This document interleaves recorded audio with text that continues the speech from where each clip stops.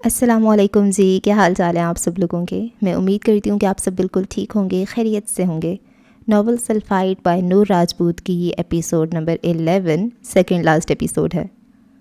اگلے پورے دن روحان ہمدان ولا نہیں آیا تھا۔ حنم نے اس کے نہ آنے پہ شکر ادا کیا تھا۔ رات والے خواب کے بعد اسے وہ پھر سے زہر لگنے لگا تھا۔ حنم، میں چاہتی ہوں آج تم ماہی اور ماہم کے ساتھ جا کر اپنی شادی کا جوڑا لے آؤ۔ اگر تم روحان کے ساتھ جانا چاہتی ہو تو بھی ٹھیک ہے، لیکن چونکہ دن بہت کم رہ گئے ہیں تو تم اپنی تیاری مکمل کر لو۔ آسیہ بیگم نے اسے اپنے کمرے میں بلایا تھا جہاں ماہم پہلے سے موجود تھی۔ میری شادی کا جوڑا کس لیے؟ حنم کی پیشانی پر پل پڑے۔ کیونکہ تمہاری رخصتی بھی ساتھ ہو رہی ہے، میں تمہیں پہلے ہی بتا چکی ہوں۔ آسیہ بیگم نے زیور کا ایک ڈبہ اٹھا کر ماہم کی طرف بڑھایا تھا۔ بیڈ پہ 3 خوبصورت زیور کے سیٹ تھے جن کا ڈیزائن مختلف تھا۔ ان تینوں میں سے ایک ماہی، ایک حنم اور ایک ماہم کے لیے تھا۔ امی، میں پہلے بتا چکی ہوں، میں ابھی شادی نہیں کرنا چاہتی۔ حنم نے دہائی دی۔ تم بھول چکی ہو حنم، تمہاری شادی ہو چکی ہے، بس رخصتی باقی ہے۔ آسیہ بیگم نے یاد دہانی کروائی۔ حنم کا دل آسیہ بیگم کی بات سن کر کٹ کر رہ گیا تھا۔ کتنا خوش تھی وہ اس شادی سے، لیکن اب سب بدل گیا تھا۔ شام کو 4 بجے تیار رہنا، تمہیں مارکیٹ جانا ہے، سمجھ آ گئی نا؟ اور ان میں سے ایک سیٹ پسند کر لو۔ میں نے زیادہ فضول خرچی نہیں کی، بس ایک سیٹ بنوایا ہے۔ آسیہ بیگم کا لہجہ کافی سخت تھا، وہ اب حنم کو مزید ڈھیل نہیں دینا چاہتی تھی۔ حنم کچھ دیر کھڑی آنسو ضبط کرتی رہی اور پھر بنا کچھ کہے کمرے سے باہر نکل گئی تھی۔ ماہم نے بند دروازے کو دیکھ کر افسوس سے سر ہلایا تھا۔ امی، آپ ماہی آپی سے پوچھ لیں، میں ابھی آتی ہوں۔ ماہم سنجیدہ لہجے میں کہتی کمرے سے باہر نکلی تھی۔ اب اس کا رخ حنم کے کمرے کی طرف تھا۔ آخر تمہیں رخصتی سے مسئلہ کیوں ہے؟ جہاں تک مجھے یاد ہے تم اس شادی سے کافی خوش تھی نا، اب اچانک کیا ہو گیا پھر؟ ماہم اپنے سامنے بیڈ پہ بیٹھی حنم سے پوچھ رہی تھی، جس کی آنکھیں رونے کے باعث سرخ ہو چکی تھیں۔ وہ اب سر جھکائے بیٹھی تھی۔ پہلے کی بات اور تھی، لیکن اب میں اس شخص کے ساتھ نہیں رہنا چاہتی۔ لیکن کیوں؟ کیونکہ اس نے دھوکے سے نکاح کیا مجھ سے، حنم دبی دبی آواز میں چلائی تھی۔ جی نہیں، کوئی دھوکہ نہیں دیا تمہیں روحان بھائی نے۔ تم نے خود شادی سے پہلے تصویر دیکھنے سے انکار کیا تھا اور نکاح کے بعد ملنے سے بھی، ماہم نے اسے یاد دلایا۔ لیکن تم اور ماہی، تم دونوں جانتی تھی نا کہ وہ آرزے ہے۔ تم نے مجھے نہیں بتایا، کسی نے بھی نہیں بتایا، سب نے مل کر دھوکہ دیا ہے۔ حنم کی آواز بھر آ گئی تھی۔ ہانی، تم غلط سوچ رہی ہو، تمہیں کسی نے دھوکہ نہیں دیا۔ وہ حالات ہی ایسے تھے، اور روحان بھائی وہ تم سے بہت محبت کرتے ہیں، اور جہاں تک مجھے یاد ہے پچھلے دنوں تم بھی انہیں چاہتی تھی نا۔ وہ میرا پاگل پن تھا، تب میں نہیں جانتی تھی کہ وہ آرزے ہے، ورنہ میں کبھی بھی ایسی غلطی نہ کرتی۔ آخر انہوں نے تمہارے ساتھ کیا برا کیا ہے ہانی؟ کیوں نفرت کرتی ہو ان سے؟ کیونکہ کردار پہ انگلی اٹھانے والے شخص سے محبت نہیں، نفرت کی جاتی ہے۔ حنم کے لہجے سے نفرت جھلک رہی تھی۔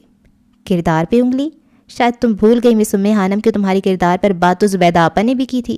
شاید تم بھول گئی ہو کہ تمہیں بد کردار تو طارق نے بھی کہا تھا۔ کیا تم آج بھی ان سے نفرت کرتی ہو؟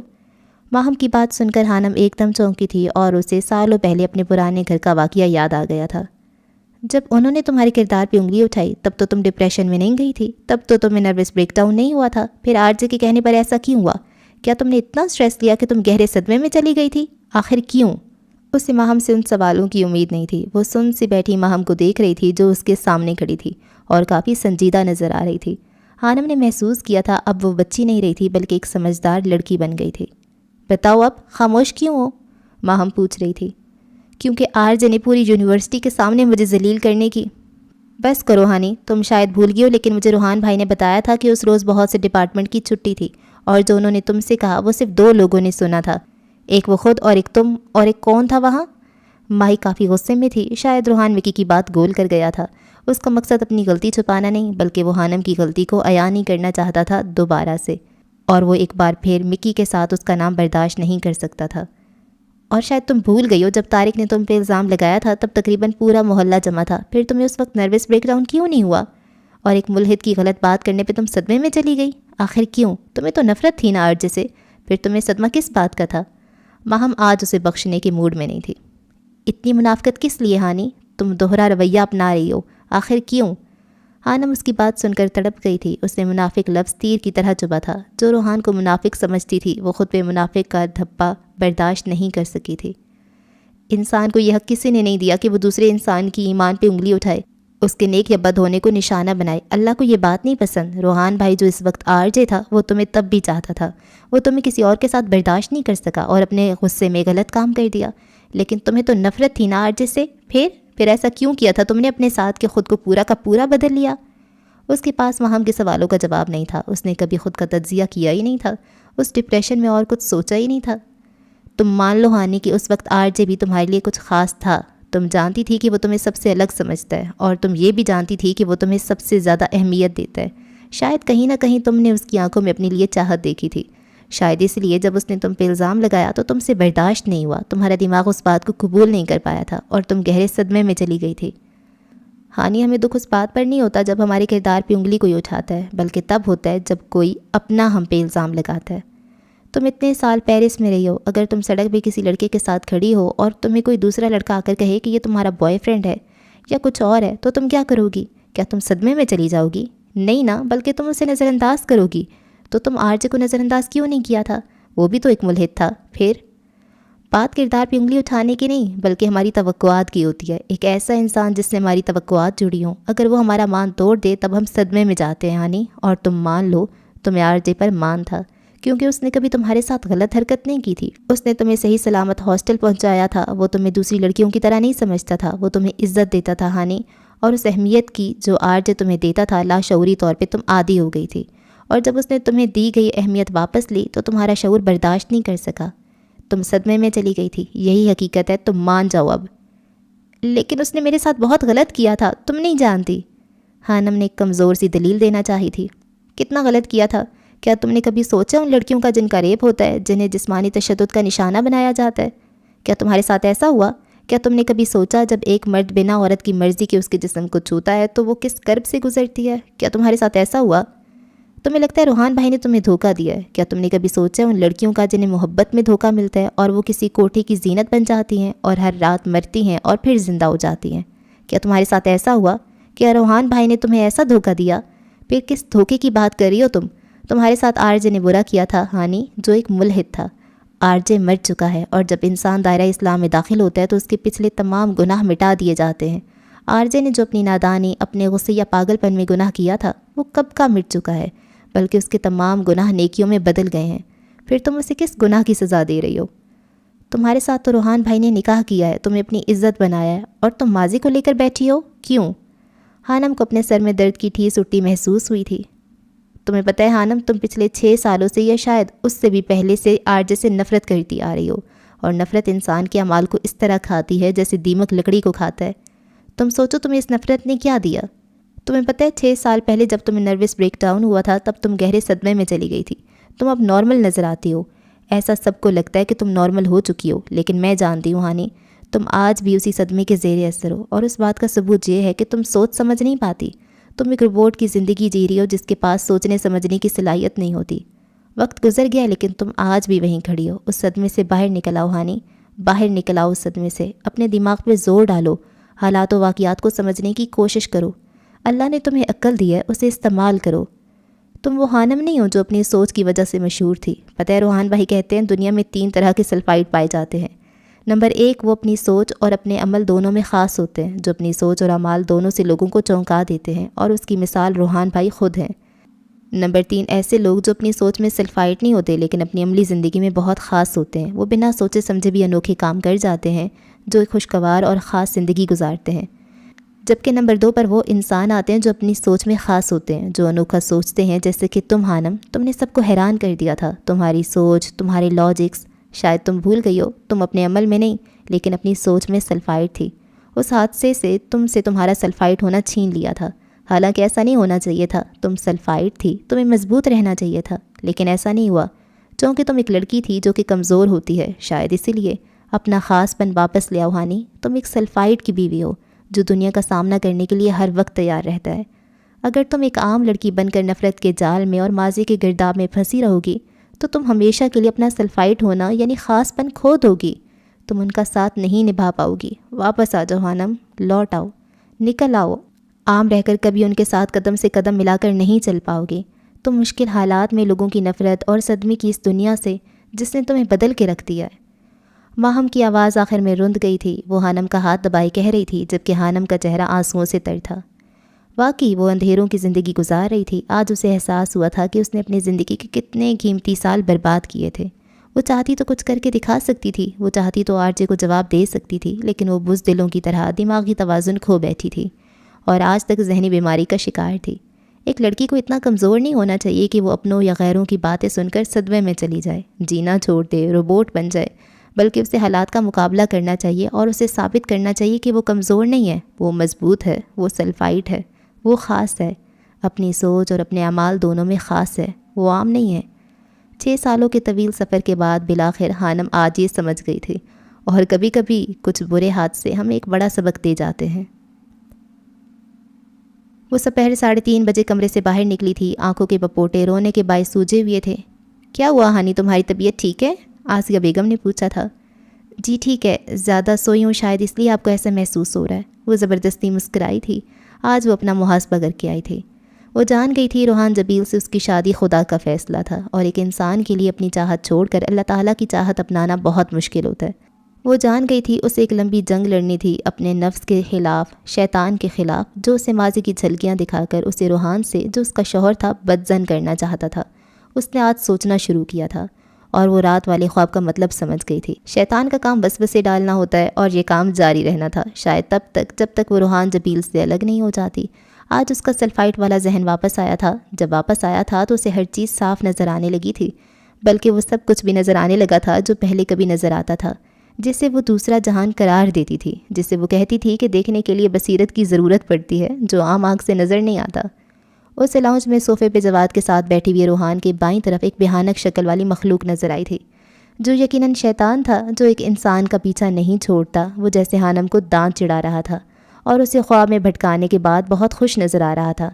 خانم غور سے روحان کو دیکھ رہی تھی۔ خانم پہ نظر پڑنے پر وہ چونکا تھا، اور پھر سے جواد کے ساتھ باتوں میں مصروف ہو گیا تھا، اور پھر خانم کو روحان کے دائیں طرف ایک سفید لباس میں ملبوس بزرگ نظر آیا تھا، جس کے چہرے پر شفیق مسکراہٹ تھی، جو یقیناً بزرگی کی علامت تھا۔ جواد کا دھیان گفتگو سے بھٹکا تھا۔ اسے ماہی نے پکارا تھا، تبھی روحان نے آنکھیں بند کی تھیں، اس کے لب ہل رہے تھے۔ خانم نہیں جانتی تھی کہ کیا پڑھ رہا تھا۔ تھوڑی دیر بعد اچانک سفید دودھیا روشنی اس بزرگ کے وجود سے نکل کر روحان کے چاروں طرف پھیلی تھی، اور وہ بھیانک شکل والا شیطان دم دباتا بھاگ گیا تھا۔ وہاں موجود کوئی شخص یہ منظر نہیں دیکھ پایا تھا، صرف اور صرف خانم دیکھ پائی تھی۔ خانم نے ایک لمبا سانس اندر کو کھینچا تھا، اور پھر اپنے تنے اعصاب کو ڈھیلا چھوڑا تھا۔ اب اس کا رخ کچن کی طرف تھا۔ وہ آسیہ بیگم کو رخصتی کے لیے ہاں کرنے جا رہی تھی۔ وہ جان گئی تھی اسے ایک بڑی جنگ لڑنی تھی، اور یہ جنگ اس کے اور روحان جبیل کے درمیان نہیں تھی، بلکہ اس کے اور شیطان کے درمیان تھی، جو اسے مقدس رشتے کو توڑ کر اپنی منمانی کرنے پہ اکساتا تھا۔ یہ جنگ اس کے اور ماضی کے درمیان تھی، جو سانپ کی طرح پھن پھیلائے منہ کھولے اسے نگلنے کو تیار تھا، تاکہ پھر سے وہ اندھیروں کی دنیا میں چلی جائے۔ کبھی جنگ انسانوں کے درمیان نہیں ہوتی، بلکہ ایک انسان اور اندیکھی چیزوں کے درمیان جاری ہوتی ہے۔ وہ سلفائٹ تھی، وہ لوٹ آئی تھی، اور وہ پہلی ہی نظر میں سب سمجھ گئی تھی کہ اس کے ساتھ کیا ہو رہا تھا، کیوں ہو رہا تھا، اور اسے کیا کرنا تھا۔ روحان جبیل ایک نیک انسان تھا، وہ یہ اچھے سے جانتی تھی۔ وہ آرزو سے نفرت کرتی تھی، جو اب نہیں تھا۔ اس نے اپنے شوہر کو اندیکھے انجانے میں چاہا تھا، لیکن وہ روحان جبیل نکلا تھا۔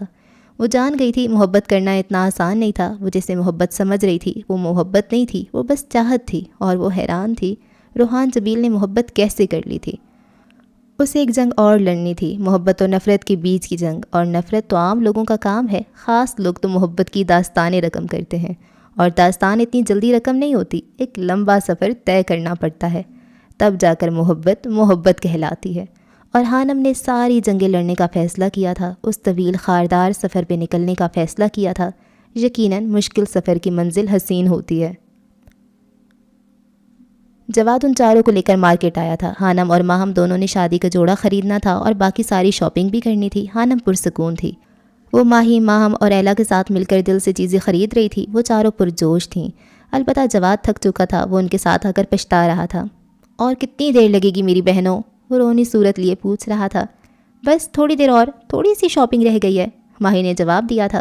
البتہ ان کی یہ تھوڑی دیر 1 گھنٹے پر مشتمل تھی۔ ان کی شاپنگ ختم ہونے پر جواد نے شکر ادا کیا تھا اور توبہ کر لی تھی آئندہ ان کے ساتھ نہیں آنا۔ رات 8 بجے وہ سب واپس آئے تھے۔ خانم کچن میں چائے بنا رہی تھی۔ ضیاء، جبیل، روحان اور ہشام تینوں لاؤنج میں حمدان انکل کے پاس بیٹھے تھے۔ وہ مصروف سی چائے کے لوازمات ڈش میں رکھ رہی تھی جب اسے اپنے پیچھے آہٹ سنائی دی۔ خانم نے پلٹ کر دیکھا تو روحان ہاتھ میں فائل لیے کھڑا تھا۔ خانم نے اسے تیکھے جتونوں سے گھورا تھا۔ کیسی ہو مسز؟ وہ پوچھ رہا تھا۔ یہ پوچھنے آئے آپ؟ خانم نے کاٹ تار لہجے میں پوچھا۔ اگر تم بتا دو گی تو اچھا لگے گا۔ وہ مسکرایا تھا۔ وہ ہمیشہ خانم کے سخت لہجے میں کی گئی بات کا نرمی سے جواب دیتا تھا، اور اب بھی ایسا ہی ہوا تھا۔ میں ٹھیک ہوں۔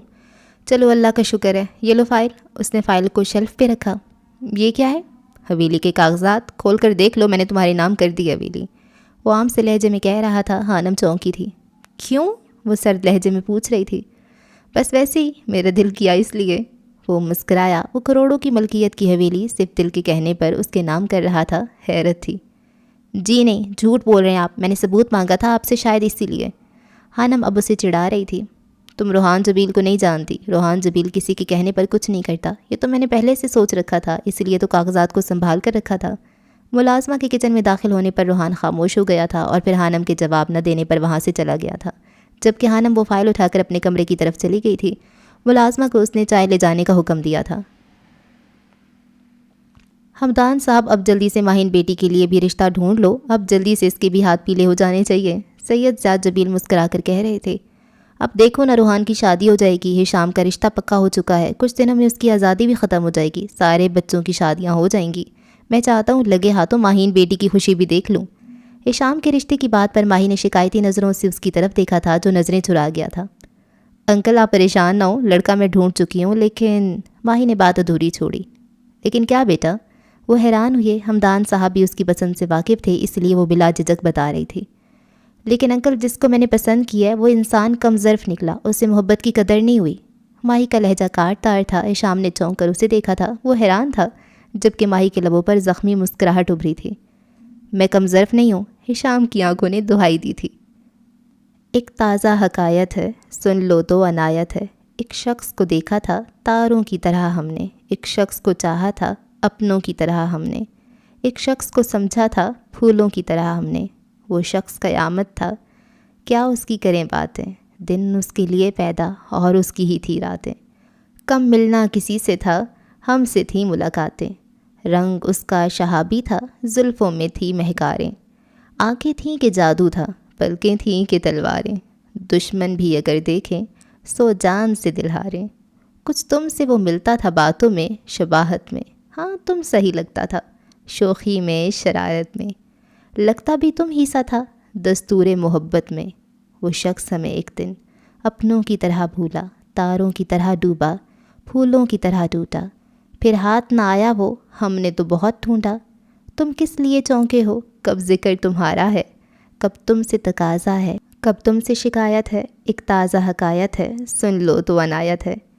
ماہی کی نظروں میں شکایتوں کے علاوہ گہرا دکھ اور ملال تھا، اور ساتھ ہی سرد پن بھی، جسے ہشام جبیل بخوبی سمجھ گیا تھا۔ میں کم ظرف نہیں ہوں ماہین، ہشام جبیل کی نگاہیں بول رہی تھیں، جنہیں ماہین حمدان بخوبی سن سکتی تھی۔ ماہی کا دل تڑپا تھا، اس سے پہلے کوئی کچھ بولتا یا پوچھتا وہ ایک جھٹکے سے اٹھی اور اپنے کمرے کی طرف بڑھ گئی تھی۔ شام کو مایوں یعنی اپٹن کی رسم تھی۔ ماہم بہت خوش نظر آ رہی تھی۔ حارث یعنی ماہم کا ہونے والا شوہر ایک بہت ہونہار لڑکا تھا۔ وہ کسی امیر خاندان سے نہیں تھا، بلکہ یتیم تھا، جس کی ایک بہن اور ماں تھی۔ وہ حمدان صاحب کی کمپنی میں ہی کام کرتا تھا اور حمدان صاحب کا چہیتا امپلائی تھا۔ اس نے اپنی ذہانت، محنت اور لگن سے بہت جلد اعلیٰ مقام حاصل کر لیا تھا۔ کل اس کے پاس کچھ نہیں تھا، لیکن آج وہ خوبصورت گھر، گاڑی اور ہر چیز کا مالک تھا۔ اس کی محنت اور لگن سے متاثر ہو کر حمدان صاحب نے ماہم کا رشتہ حارث سے کر دیا تھا، جسے حارث نے دل و جان سے قبول فرمایا تھا۔ اپٹن کے لیے بنائے گئے پیلے جوڑے اور چوڑیاں، گھر میں تیاری جاری تھی۔ ایلا کو یہاں کا ماحول بہت پسند آیا تھا۔ وہ سب سے زیادہ بنی سنوری پھیر رہی تھی۔ ماہم کو اچھے سے تیار کیا گیا تھا۔ اس کی نند اور ساس نے رسم کرنے آنا تھا۔ ہاں اب اچھا لگ رہا ہے، ہانم نے اس کا دوپٹہ سیٹ کرتے ہوئے کہا۔ ہانی تم سے ملنے کوئی آیا ہے، ماہی نے جو ابھی نیچے سے آئی تھی اسے اطلاع دی تھی۔ مجھ سے ملنے؟ وہ حیران ہوئی۔ ہاں جا کر دیکھ لو۔ ماہی کے کہنے پر وہ نیچے آئی تھی اور پھر لاؤنج کے صوفے پر بیٹھی شخصیت کو دیکھ کر حیران رہ گئی تھی۔ وہ مہرو تھی۔ ہاں مہرو، اس کی بچپن کی دوست۔ ہانی؟ مہرو اسے دیکھ کر خوشی سے چلائی تھی اور پھر اپنی جگہ سے اٹھ کر ہانم کی طرف بھاگی۔ اس نے شدت سے ہانم کو گلے لگایا تھا۔ ہانم تو گنگ رہ گئی تھی۔ اس نے کبھی نہیں سوچا تھا کہ مہرو اسے یوں اچانک مل جائے گی۔ وہ دونوں سالوں بعد ملی تھی۔ مہرو کو ہانم سے بہت شکوے تھے، جنہیں وہ اب روتے ہوئے کر رہی تھی۔ یار رو کیوں رہی ہو؟ ہانم کو اس کا رونا برا لگ رہا تھا۔ تم چھوڑ کر چلی گئی تھی ہانی، کبھی رابطہ بھی نہیں کیا۔ ذرا یاد کرو، چھوڑ کر کون گیا تھا؟ تم گئی تھی پہلے مہرو۔ جب تم نہیں رہی تو میرا بھی دل نہیں لگا، اس لیے مجھے بھی جانا پڑا۔ لیکن تم رابطہ تو کر سکتی تھی نا۔ ہاں، اس کے لیے معذرت کرتی ہوں، اب رونا بند کرو۔ ہانم مسکرائی تھی۔ ماشاءاللہ تمہارا بیٹا بہت پیارا ہے۔ ہانم نے مہرو کے 3 سالہ بیٹے کو گود میں اٹھایا تھا، جس پر مہرو مسکرا دی تھی۔ سید جبیل، بی جان، مدیحہ اور اس کا شوہر ارحم سب لاہور آ چکے تھے۔ اب سب نے شادی تک یہیں رہنا تھا۔ روحان اور ہشام دونوں ایک ہی کمرے میں تھے۔ ہشام تیار ہو رہا تھا، روحان اسے گہری نظروں سے دیکھ رہا تھا۔ ہشام کا چہرہ سپاٹ تھا۔ تم اچھا نہیں کر رہے ہو شامو کاکا، روحان نے اسے مخاطب کیا تھا۔ کف کے بٹن بند کرتے ہشام کا ہاتھ رکا تھا۔ کیا مطلب؟ وہ چونکا۔ مطلب صاف ہے شامو کاکا، تم اچھا نہیں کر رہے۔ روحان ملامت بھری نظروں سے اسے دیکھ رہا تھا۔ تم کس بارے میں بات کر رہے ہو؟ ہشام نے انجان بنتے ہوئے پوچھا۔ ماہی کی بات کر رہا ہوں، تم اس کے ساتھ اچھا نہیں کر رہے۔ روحان کی بات سن کر ہشام گنگ رہ گیا تھا۔ اسے اندازہ نہیں تھا کہ وہ سب جانتا تھا۔ کیا غلط کیا میں نے اس کے ساتھ؟ ہشام کا لہجہ کاٹ تار تھا۔ تم اس معصوم کا دل توڑ رہے ہو جبکہ وہ تمہارے انتظار میں بیٹھی ہے۔ تم نے بھی تو ہزاروں لڑکیوں کا دل توڑا ہے، کیا میں نے کبھی کچھ کہا؟ ہشام کا لہجہ تلخ ہوا۔ روحان چونکا تھا، یہ اس کا شامو کاکا نہیں تھا۔ میری بات اور ہے ہشام، تمہیں ماہی کا دل نہیں توڑنا چاہیے۔ کیوں؟ کیا مجھے اپنی مرضی سے زندگی جینے کا حق نہیں ہے کیا؟ وہ دبی دبی آواز میں چلایا تھا۔ روحان کو حیرت ہو رہی تھی، وہ آج بدلا بدلا سا لگ رہا تھا۔ ایسی بات نہیں ہے، لیکن سارا سے شادی کرنا یہ بھی تو تمہاری مرضی نہیں ہے، روحان نے نرم لہجے میں کہا تھا۔ وہ بی جان کی پسند ہے، مجھ میں اتنی ہمت نہیں ہے روحان کہ میں تمہاری طرح اپنی محبت کے لیے بی جان کے سامنے کھڑا ہو سکوں، نہیں ہے مجھ میں اتنی ہمت، وہ تلخ لہجے میں کہتا کمرے سے باہر نکل گیا تھا، جبکہ پیچھے روحان کے چہرے پر پریشانی کی لکیریں ابھری تھیں۔ بحریہ ٹاؤن میں پاس پاس موجود دونوں گھروں کو دلہن کی طرح سجایا گیا تھا۔ دونوں گھروں میں خوشیوں کے شادیانے بج رہے تھے۔ بی جان اور مدیحہ اس وقت ہمدان ولا میں موجود تھیں۔ بی جان اور مدیحہ دونوں کو خانم بہت پسند آئی تھی۔ خانم نے بھی دونوں سے پیار سے بات کی تھی۔ مدیحہ کی 1 سالہ بیٹی جس میں روحان کی جان تھی، خانم کو بہت پسند آئی تھی۔ مجھے اندازہ تھا کہ روحان بھائی کی پسند عام نہیں ہو سکتی، اور آج آپ کو دیکھ کر یہ یقین بھی ہو گیا، مدیحہ خانم سے کہہ رہی تھی، جبکہ خانم اس کی بات سن کر مسکرا دی تھی۔ اس خاندان کے سبھی لوگ بہت اچھے تھے، خاص طور پر بی جان جو بہت شفیق خاتون تھی۔ جب تک روحان بیٹا آرجے تھا میں ہمیشہ ڈرتی رہتی تھی، لیکن جب وہ شاہ بنا تو میرا ڈر ختم ہو گیا۔ تب میں پرسکون ہو گئی تھی کہ اب جب بھی وہ شادی کرے گا حویلی کے مقام کی بہو لائے گا۔ خانم کو بی جان کی بات تھوڑی عجیب لگی تھی، لیکن وہ پھر بھی مسکرا دی تھی۔ پیلے سادہ سے جوڑے میں ملبوس دونوں بہنوں کو اپٹن لگایا تھا۔ خانم نے شکر ادا کیا تھا، روحان ایک بار بھی نہیں آیا تھا۔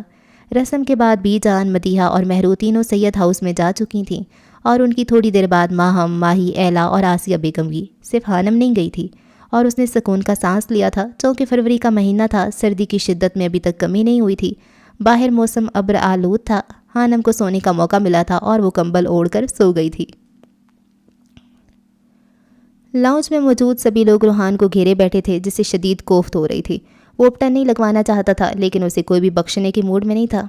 بی جان، کیا یہ ضروری ہے؟ وہ رونی صورت لیے پوچھ رہا تھا۔ ہاں شاہ بیٹا، سکون سے بیٹھ جاؤ، اب یہ ہم سب کی خوشی ہے، بی جان نے اسے سمجھایا۔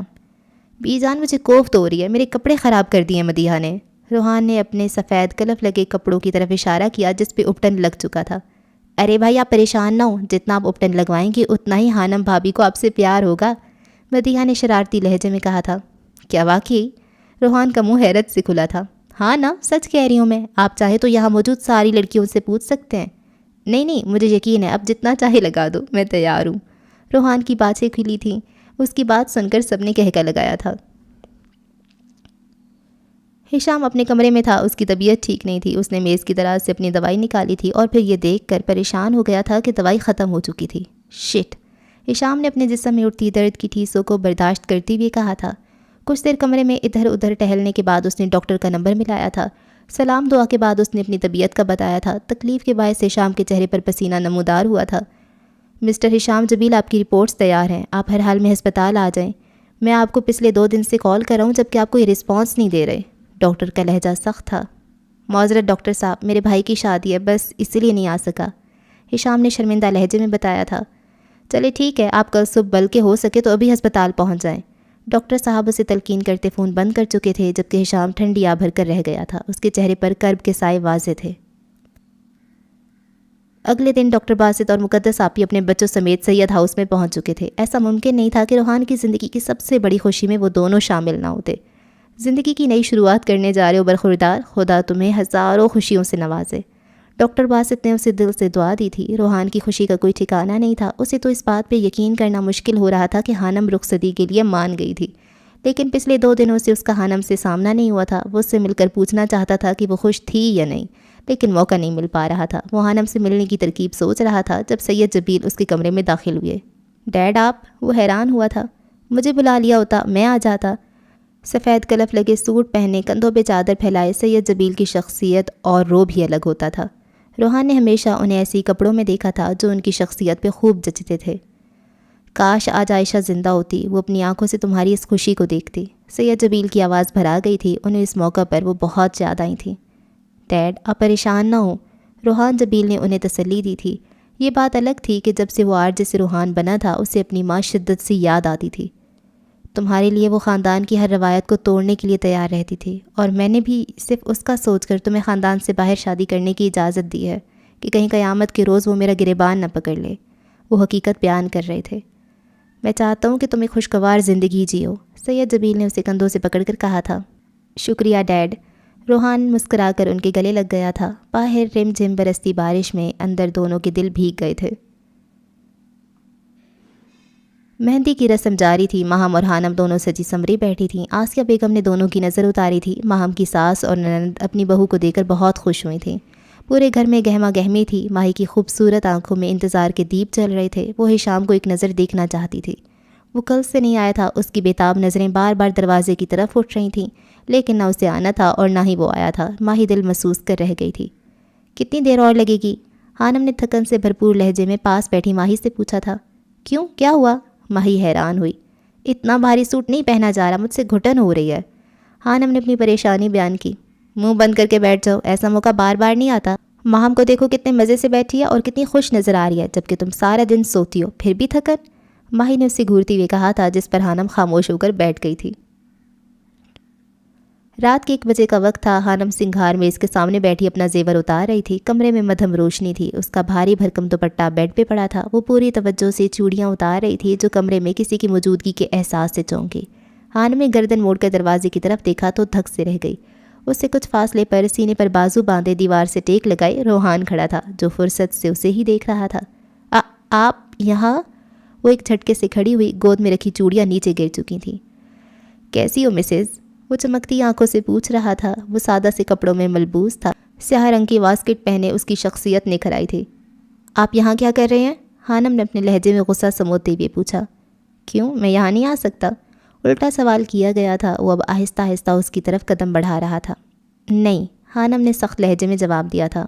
کیوں؟ میرے سسر کا گھر ہے، میں کیوں نہیں آ سکتا؟ وہ اب بیڈ پہ پڑا اس کا بھاری دوپٹہ اٹھاتے پوچھ رہا تھا۔ اس کا لہجہ شوخ تھا۔ حانم کو حیرت ہو رہی تھی۔ میرا خیال ہے پھر آپ کو اپنے سسر سے اس وقت ملاقات کرنی چاہیے، میں انہیں بلاتی ہوں، یہاں اس وقت وہ آپ کو دیکھ کر خوش ہوں گے۔ حانم غصے سے کہتی دروازے کی طرف بڑھی۔ اتنی بھی کیا جلدی ہے مسز، ظالم سماج کو درمیان میں مت لاؤ، پہلے بھی جان نے مجھے مہندی کی رسم میں شریک نہیں ہونے دیا۔ وہ اس کے راستے میں حائل تھا۔ اس کا دکھ سن کر حانم نے بامشکل اپنی ہنسی ضبط کی تھی۔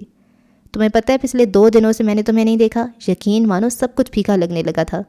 حانم کو یقین نہیں ہو رہا تھا کہ یہ وہی روحان جبیل تھا جسے وہ پچھلے 1 سال سے جانتی تھی۔ یہ اتنا شوخ کیسے ہو سکتا تھا؟ روحان نے ہاتھ بڑھا کر دوپٹہ حانم کے سر پہ اڑایا تھا۔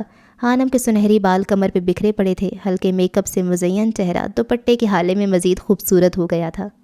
یقین نہیں ہوتا کوئی اتنا خوبصورت کیسے ہو سکتا ہے؟ وہ اسے آنکھوں میں جذب کرتے پوچھ رہا تھا۔ ایسا لگ رہا ہے جیسے ہزاروں چراغ جل اٹھے ہوں، وہ حانم سے کچھ فاصلے پہ کھڑا کہہ رہا تھا۔ حانم کو اپنے دل کے دھڑکنے کی آواز صاف سنائی دے رہی تھی۔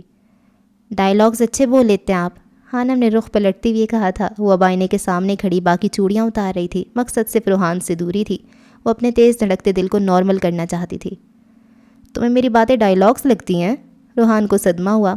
جی بالکل، حانم نے نظریں جھکائے کہا تھا۔ مجھے لگا شاید تم بھی ملنا چاہتی ہو، میں اسی لیے آ گیا، وہ لہجے میں بیچارگی سموتے کہہ رہا تھا۔ خوش فہمیاں بہت ہیں آپ کو، حانم نے طنز کیا۔ کسی نے 1 سال تک محبت کی ہے مجھ سے، خوش فہمیاں تو ہوں گی نا۔ اب اگر تم بھول گئی ہو یا نہ مانو تو میں کیا کر سکتا ہوں؟ حانم کے جھمکے اتارتے ہاتھ ایک پل کو ساکت ہوئے۔ تب میں غلط فہمی میں مبتلا تھی، مجھے نہیں پتا تھا کہ میں جس شخص کو چاہنے کی حماقت کر رہی ہوں وہ چہرے سے ایسا ہوگا، حانم نے سچ کہا تھا۔ میری بدنصیبی کہ میرا چہرہ آرجے سے ملتا ہے، میں تو چہرہ بدل کر تمہارے سامنے آیا تھا، در حقیقت جلی ہوئے چہرے کے ساتھ، لیکن اللہ توبہ تم نے تب بھی مجھے قبول نہیں کیا۔ کیا مطلب؟ اس کی بات سن کر حانم کو جھٹکا لگا تھا۔ اس نے رخ موڑ کر روحان کو دیکھا تھا جو اس کے بیڈ پہ آرام سے بیٹھا تھا اور نظریں حانم پہ جمی تھیں۔ مجھے لگا تھا اینجل ایک نرم دل لڑکی ہوگی، لیکن اس سے ملنے کے بعد پتہ چلا کہ وہ تو ڈائن ہے، روحان نے مسکراہٹ ضبط کرتے ہوئے بتایا۔ حانم کرنٹ کھا کر اچھلی تھی، اس سے اب کچھ سمجھ آ رہا تھا۔ تو آپ ہی مون تھے؟ وہ پھٹی پھٹی آنکھیں لیے پوچھ رہی تھی۔ ہاں، مون بننا پڑا تھا مجھے۔ روحان نے بیڈ کے ساتھ میز پہ رکھی پلیٹ سے سیب اٹھایا تھا اور اب اسے مزے سے کھا رہا تھا، جبکہ ہانم حیرت زدہ سی اسے دیکھ رہی تھی۔ اسے شوق دے کر وہ کتنا پرسکون تھا۔ مجھے سمجھ نہیں آتا کہ آپ کون ہیں، آر جے مون یا پھر روحان جبیل؟ اس کی بات سن کر وہ اپنی جگہ سے اٹھا تھا۔ سیب کو واپس پلیٹ میں رکھنے کے بعد ایک بار پھر اس کے سامنے کھڑا تھا۔ آنکھوں میں ہانم کے لیے جذبات مچل رہے تھے، جبکہ چہرے پر سنجیدگی چھائی تھی۔ میں ہانی کے لیے آر جے، اینجل کے لیے مون، جبکہ ہانم کے لیے روحان جبیل ہوں۔ تم زندگی کے سارے پہروں میں جتنے بھی روپ بدلو گی، ہر پہر میں ایک نئے روپ میں مجھے اپنے ساتھ پاؤ گی۔ روحان نے ہانم کا ہاتھ تھامتے ہوئے کہا تھا۔ تم چاہے 7 بر اعظموں کی سیر کو جاؤ یا 7 سمندروں کی، تم چاہے 7ویں آسمان کو چھو کر آؤ یا سمندر کی گہرائی سے سیپ نکالنے، جہاں تم جاؤ گی ہر جگہ اپنے ساتھ مجھے پاؤ گی۔ میں نے زندگی کے بہت سے پہر تمہارے بنا گزارے ہیں، میں اب تمہارے ساتھ جینا چاہتا ہوں۔ تم میرے ہر قدم پہ ساتھ نبھاؤ گی تو میں ہر مشکل کا مقابلہ کروں گا، میں ہر طوفان سے ٹکرا جاؤں گا۔ کیا تم مجھے اپنے ساتھ دیکھنا چاہتی ہو؟ کیا تم میرا ساتھ نبھاؤ گی؟ وہ دل سوز آواز میں سحر پھونک رہا تھا۔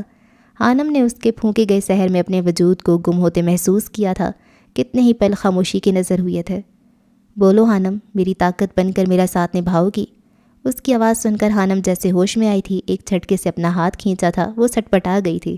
اس نے روحان کا یہ روپ آج دیکھا تھا۔ اسے سمجھ نہیں آ رہی تھی کہ اس کے کتنے روپ تھے۔ آپ کو اب جانا چاہیے، مجھے سونا ہے، شدید نیند آئی ہے، اور اگر کسی نے آپ کو یہاں دیکھ لیا تو؟ کوئی نہیں دیکھتا ہانم، بس تم میرے سوال کا جواب دو۔ روحان نے اس کی بات کاٹی۔ ماہی آ جائے گی، کہاں نہ آپ جائیں یہاں سے۔ کہاں نہ نہیں آئے گی، وہ جانتی ہے میں ایسے موقع پر تمہیں دیکھنے ضرور آتا ہوں۔ وہ ایک بار پھر اسے چونکا گیا تھا۔ کیا مطلب آپ کا؟ ہانم ٹھٹکی۔ مطلب وہ جانتی ہے کہ جب میں نکاح والے دن تمہیں دیکھنے آ سکتا ہوں تو آج کیوں نہیں؟ یہ دیا تھا ایک اور شوق روحان جبیل نے ہانم کو۔ وہ بے بسی سے اپنے سامنے کھڑے اس شخص کو دیکھ رہی تھی جو رشتے میں اس کا شوہر تھا، لیکن ہانم کا اس وقت دل کر رہا تھا کہ کوئی چیز مار کر اس کا سر پھاڑ دے۔ اگر وہ ایسے ہی شوق دیتا رہتا تو یقیناً کچھ دنوں تک وہ پاگل ہو سکتی تھی۔ ہانم نے خاموشی سے الماری سے اپنے کپڑے نکالے اور ڈریسنگ روم کی طرف بڑھ گئی۔ جواب تو دیتی جاؤ، وہ احتجاجاً چلایا۔ اگر آپ میرے باہر نکلنے سے پہلے یہاں سے نہیں گئے تو سچی میں، ہانم نے اپنا غصہ ضبط کرتے ہوئے کہا تھا۔ میں جانتا ہوں تم سر پھاڑ دو گی، روحان نے اس کی بات پوری کی۔ آپ کو تو میں بعد میں پوچھوں گی، ہانم نے دانت پیستے ہوئے کہا تھا اور ٹھا کی آواز سے دروازہ بند کیا۔ پیچھے روحان کا کہکا گونجا تھا جسے وہ کب سے ضبط کیے ہوئے تھا۔ وہ روح تک سرشار ہو گیا تھا۔ اس کا رواں رواں خدا کا شکر گزار تھا جس نے اسے اس کی محبت سے نوازا تھا۔ دونوں باراتیں آ چکی تھیں، ہر طرف گہما گہمی تھی۔ دونوں دلہے بہت وجی لگ رہے تھے۔ مہرون رنگ کی شیروانی پہنے روحان بہت خوش نظر آ رہا تھا۔ ہشام کی نظریں کسی کو ڈھونڈ رہی تھیں۔ کچھ دیر ڈھونڈنے کے بعد اسے ماہی نظر آ گئی تھی۔ وہ ایلا کے ساتھ تھی۔ اسے ماہی سے ضروری بات کرنی تھی۔ وہ ماہی کی جانب بڑھا۔ مجھے آپ سے ضروری بات کرنی ہے، ہشام نے ماہی سے کہا تو وہ حیران ہوئی۔ میں بھی آتی ہوں، ایلا نے وہاں سے کھسکنا ضروری سمجھا۔ جی بولیں، وہ سنجیدہ لہجے میں بولی تھی۔ 2 دنوں سے وہ اس دشمن جان کو دیکھنے کی دعائیں مانگ رہی تھی، اور آج جب وہ سامنے آیا تو نظروں نے دیکھنے سے انکار کر دیا تھا۔ پلکیں جھک گئی تھیں۔ کیسی ہیں آپ؟ وہ پوچھ رہا تھا۔ ماہی نے چونک کر اسے دیکھا جو دن بدن کمزور ہوتا جا رہا تھا۔ اتنے سالوں بعد آج ماہی کی طبیعت کا خیال آیا تھا۔ ایک پھانس سی ماہی کے گلے میں اٹک گئی تھی۔ آنکھوں میں نمی ابھری جسے دیکھ کر ہشام نظریں چرا گیا تھا۔ تم کو میں پاگل لگتی ہوں، جی چاہے تو پیار جتاؤ، جی چاہے تو ہاتھ چھڑا کر گم ہو جاؤ، دل چاہے تو مجھ سے میرے بارے پوچھو، کیسی ہوں، کیسا دن گزرا، کیا کھایا، کیسا دن گزرا، اور دل چاہے تو مرتی بھی رہوں تب بھی خاموشی اوڑھے، تم میرے ہونے کو نہ ہونا کر ڈالو۔ تم کو میں پاگل لگتی ہوں، مجھ پہ لازم ہے ہر پل میں تم کو سوچوں، جو لکھوں بس تم پہ لکھوں، جو بھی بات کروں اس میں ہو ذکر تمہارا، جو بھی خواب بنو اس خواب کے راجا ہو تم، اور تم جب دل چاہے بیگانے ہو جاؤ۔ کون ہوں، کیا ہوں، اس سے انجانے ہو جاؤ، میرے سب جذبوں کو کھیل تماشا کہہ دو، جو دل میں آتا ہے مجھ کو ویسا کہہ دو، اور یہ چاہو میں پھر بھی دل کے مندر میں تمہیں سجاؤں، اپنی ہر ایک سانس تمہارے نام لگاؤں، تم کو پانے کی خواہش میں خود کو کھو دوں، جب تم بولو ہنس دوں، جب تم بولو رو دوں، تم کو میں پاگل لگتی ہوں، سچ پوچھو تو جھوٹ نہیں، میں ایسی ہی ہوں، تم کو جیسی لگتی ہوں میں ویسی ہی ہوں، تم کو میں پاگل لگتی ہوں، تمہارے لیے پاگل ہوں۔ دل توڑنے کی معافی تو نہیں ہوتی، لیکن میں پھر بھی معافی مانگتا ہوں آپ سے، ہشام نے اپنے اندر اٹھتے درد کو ضبط کرتے ہوئے کہا تھا، جو جسم کے ساتھ ساتھ دل میں بھی اپنے پنجے گاڑے بیٹھا تھا۔ جب آپ جانتے ہیں کہ معافی نہیں ہوتی تو مانگ کیوں رہے ہیں؟ ماہی نے نم آنکھیں لیے پوچھا تھا۔ ماہی بیٹا ادھر آؤ۔ اس سے پہلے ہشام کچھ کہتا آسیہ بیگم نے اسے پکارا تھا اور وہ شکایتی نظروں سے ہشام کو دیکھتی ان کی طرف بڑھ گئی تھی۔ ہشام ایک سرد آہ بھر کے رہ گیا تھا۔ پہلے ماہم کی رخصتی ہوئی تھی، وہ مہرون بھاری کامدار لہنگے میں روایتی دلہن بنے بہت خوبصورت لگ رہی تھی۔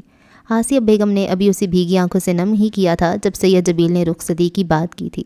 وہ سب لوگ شادی ہال میں تھے اور خراب موسم کے پیش نظر جلدی نکلنا چاہتے تھے۔ آج روحان جبیل بہت خوش تھا، اتنا کہ اس کی خوشی کا کوئی نعم البدل نہیں تھا۔ اس نے خانم کو ایک نظر دیکھا تھا۔ اپنے بالوں سے امتزاج یعنی گولڈن رنگ کے لہنگے میں وہ سجی سنوری روحان کے دل کے ساز چھیڑ گئی تھی۔ ہشام جبیل جو کافی فاصلے پر موجود ان دونوں کو دیکھ رہا تھا، جنہیں شاید ایک دوسرے کے لیے بنایا گیا تھا۔ روحان کے چہرے سے چھلکتی خوشی اس کے چہرے کی مسکراہٹ نے جہاں ہشام کو خوش کیا تھا، وہیں خانم پہ نظر پڑتے ہی اس کے اندر اذیت کی ایک گہری لہر اٹھی تھی۔ اپنی محبت کو چھوڑ دینا اتنا آسان نہیں ہوتا۔ اسے ماہی کی محبت کا احساس ہوتا تھا جس سے اس نے ایک بار ٹھکرایا تھا۔ وہ تو خانم کے پیچھے ایک بار گیا تھا، جبکہ ماہی تو پاگل تھی اس کے لیے۔ لیکن محبت صرف پا لینے کا نام ہی تو نہیں ہے۔ کچھ لوگوں کے حصے میں بس ہجر اور قربانی ہی آتی ہے، اور یہ ہجر ہشام کے حصے میں آیا تھا، اور کون جانتا تھا وقت کے ساتھ ساتھ سبھی لوگ ہجر کی آگ میں جلنے والے تھے۔ خانم کے لیے یہ سب بہت مشکل تھا۔ آسان نہیں تھا اس شخص سے شادی کرنا جس کے ساتھ اس کی ماضی کی ایک خوفناک یاد جڑی ہوئی تھی۔ بے شک آج جب روحان جبیل بن چکا تھا، لیکن انسان تو انسان ہوتے ہیں، وہ دوسرے انسان کے مرنے کے بعد بھی اس کی غلطی نہیں بھولتے۔ جو غلطی ہم انجانے میں کرتے ہیں اور جو غلطی ہمارے نزدیک غلطی نہیں ہوتی، وہ دوسروں کے نزدیک گناہ کا درجہ رکھتی ہے۔ اور اس انسان کی الجھنوں کو کون سمجھ سکتا ہے جسے نفرت بھی اور چاہت بھی ایک ہی شخص سے ہوئی ہو۔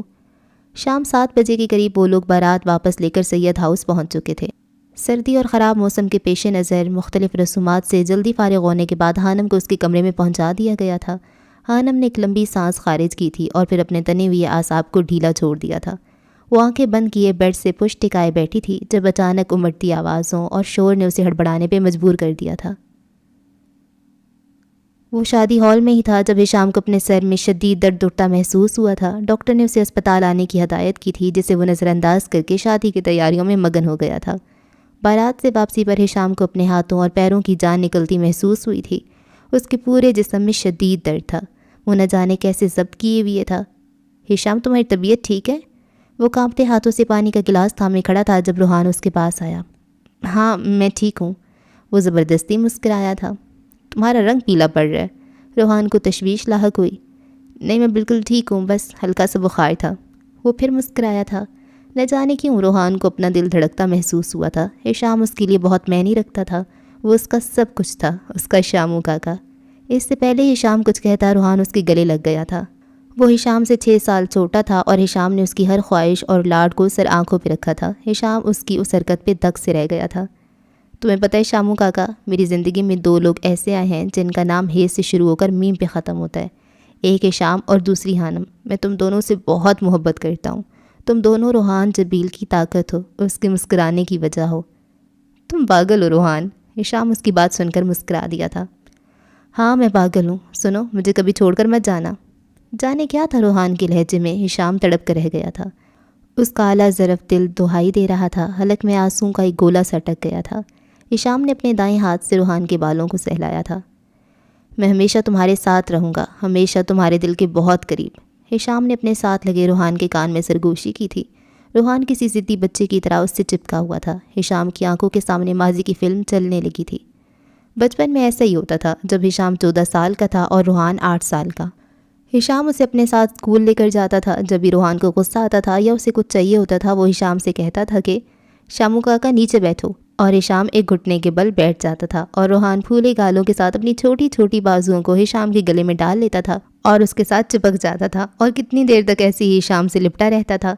پھولے منہ سے اپنے غصے کی وجہ بتاتا تھا یا پھر اپنی خواہش کا اظہار کرتا تھا۔ اس وقت ہشام کو اس معصوم بچے پر ٹوٹ کر پیار آتا تھا اور وہ اس کی ہر جائز اور ناجائز خواہش کو پوری کرتا تھا۔ آہستہ آہستہ بڑے ہوتے ہوتے آج وہ ہشام کے قد کے برابر آ گیا تھا، لیکن تھا ویسا ہی ضدی۔ آج بھی اسی انداز میں اس سے لپٹا کھڑا تھا اور ضد کر رہا تھا کہ وہ ہمیشہ روحان کے ساتھ رہے۔ ایسا ممکن کب ہے؟ انسان کب کسی کے ساتھ ہمیشہ رہتا ہے؟ انسان تو بے وفا ہے، چھوڑ کر چلا جاتا ہے۔ لگتا ہے آج دونوں بھائیوں میں خاصا پیار ہو رہا ہے۔ عقب سے مدیحہ کی آواز ابھری تھی۔ وہ ان دونوں کو اس طرح دیکھ کر بہت خوش ہوئی تھی۔ اس سے اپنے دونوں بھائی بہت عزیز تھے۔ روحان کا حصار بہت تنگ تھا، نہ جانے کیوں آج اس کا دل ڈر رہا تھا۔ وہ ہشام کو نہیں چھوڑنا چاہتا تھا۔ گھیرا کھلا کرو جناب، اب بچے کی جان لوگے کیا؟ ہشام نے شرارتی لہجے میں کہا تھا۔ دیکھو شامو کاکا، مجھے دھوکہ دینے کی کوشش کی نا تو میں تمہیں جان سے مار ڈالوں گا، روحان نے ضدی لہجے میں کہا تھا اور پھر اس سے الگ ہوا۔ ماشاءاللہ آپ دونوں کا پیار اللہ یوں ہی سلامت رکھے، مدیحہ نے صدق کے دل سے دعا کی تھی۔ ادھر آؤ، ہشام نے اسے ہاتھ کے اشارے سے بلایا تھا اور مدیحہ تیز تیز قدموں سے بھاگنے کے انداز میں ان دونوں کی جانب بڑھی۔ اللہ تم لوگوں کو ہمیشہ خوش رکھے، ہشام نے مدیحہ کے سر پہ پیار کرتے ہوئے کہا تھا، جسے مستقیم نے کیمرے کی آنکھ میں مقید کر لیا تھا۔ واہ، پیار ہو تو ایسا ہو، وہ مسکرایا تھا۔ وہ روحان کے بلانے پر ہی شادی میں آیا تھا اور بہت خوش تھا۔ اس نے سالوں پہلے جب ہانم یونیورسٹی سے آئی تھی تب سے اسے روحان کے ساتھ دیکھا تھا۔ ان دونوں کے لیے دل سے خوش تھا۔ بھائی آپ کو تو بخار ہو رہا ہے، مدیحہ کو احساس ہو گیا تھا۔ ہشام کا جسم تیز بخار میں پھنک رہا تھا۔ ارے نہیں تو، ایسی کوئی بات نہیں، دکھاؤ ادھر، روحان نے اس کی پیشانی کو چھو کر دیکھا تھا۔ ہاں تمہیں واقعی بہت بخار ہے، روحان پریشان ہوا تھا۔ نہیں، تم لوگوں کو غلط فہمی ہو رہی ہے، ایسا کچھ نہیں ہے، ہشام نے ٹالنا چاہا تھا۔ بھائی میں ڈاکٹر ہوں، آپ مجھ سے جھوٹ نہیں بول سکتے، آپ کو واقعی بہت تیز بخار ہے، مدیحہ خفگی لیے کہہ رہی تھی۔ چلے اندر، میں آپ کو دوا دیتی ہوں اور چائے بھی، مدیحہ نے اس کا ہاتھ کھینچتی ہوئے کہا تھا۔ وہ تینوں اسے کچن کے باہر سے لاؤنج میں لے آئے تھے۔ وہ اسے صوفے پہ بٹھا چکے تھے۔ ہشام کی رنگت اب نیلی پڑ رہی تھی۔ بھائی آپ ٹھیک تو ہیں نا؟ مدیحہ نے ہشام کی نبض چیک کرتے ہوئے کہا تھا۔ مدیحہ کہاں ہو تم، اسے سنبھالو، ارحم کی آواز ابھری تھی۔ اس کی 1 سالہ بیٹی رو رہی تھی جو ارحم کی گود میں تھی، جبکہ مدیحہ پوری سنجیدگی سے ہشام کی نبض ٹٹول رہی تھی، جو آنکھیں بند کیے صوفے سے ٹیک لگائے بے سد پڑا تھا۔ بھائی کب سے آپ کو بخار، اور آپ نے بتایا نہیں؟ مدیحہ نے ہشام کو مخاطب کیا جسے کوئی ہوش نہیں تھی۔ اس کے جسم میں جو درد تھا وہ اسے بے ہوشی کی دنیا میں جانے پر مجبور کر رہا تھا۔ کیا ہوا ہشام، جواب دو، روحان نے اس کا گال تھپتھپاتے ہوئے کہا تھا، لیکن روحان کے ہاتھ لگاتے ہی ہشام صوفے پر ایک جانب ڈھلک گیا تھا۔ بھائی کیا ہوا آپ کو، آنکھیں کھولیں، ہشام، ہشام آنکھیں کھولو۔ ہر طرف چیخو پکار تھی۔ ہشام نے چیخوں کی آواز سن کر آنکھیں کھولنے کی کوشش کی تھی، لیکن وہ نہیں کر پایا تھا۔ تیز ابھرتا شور مدھم ہوا تھا اور پھر ایک گہری خاموشی چھا گئی تھی۔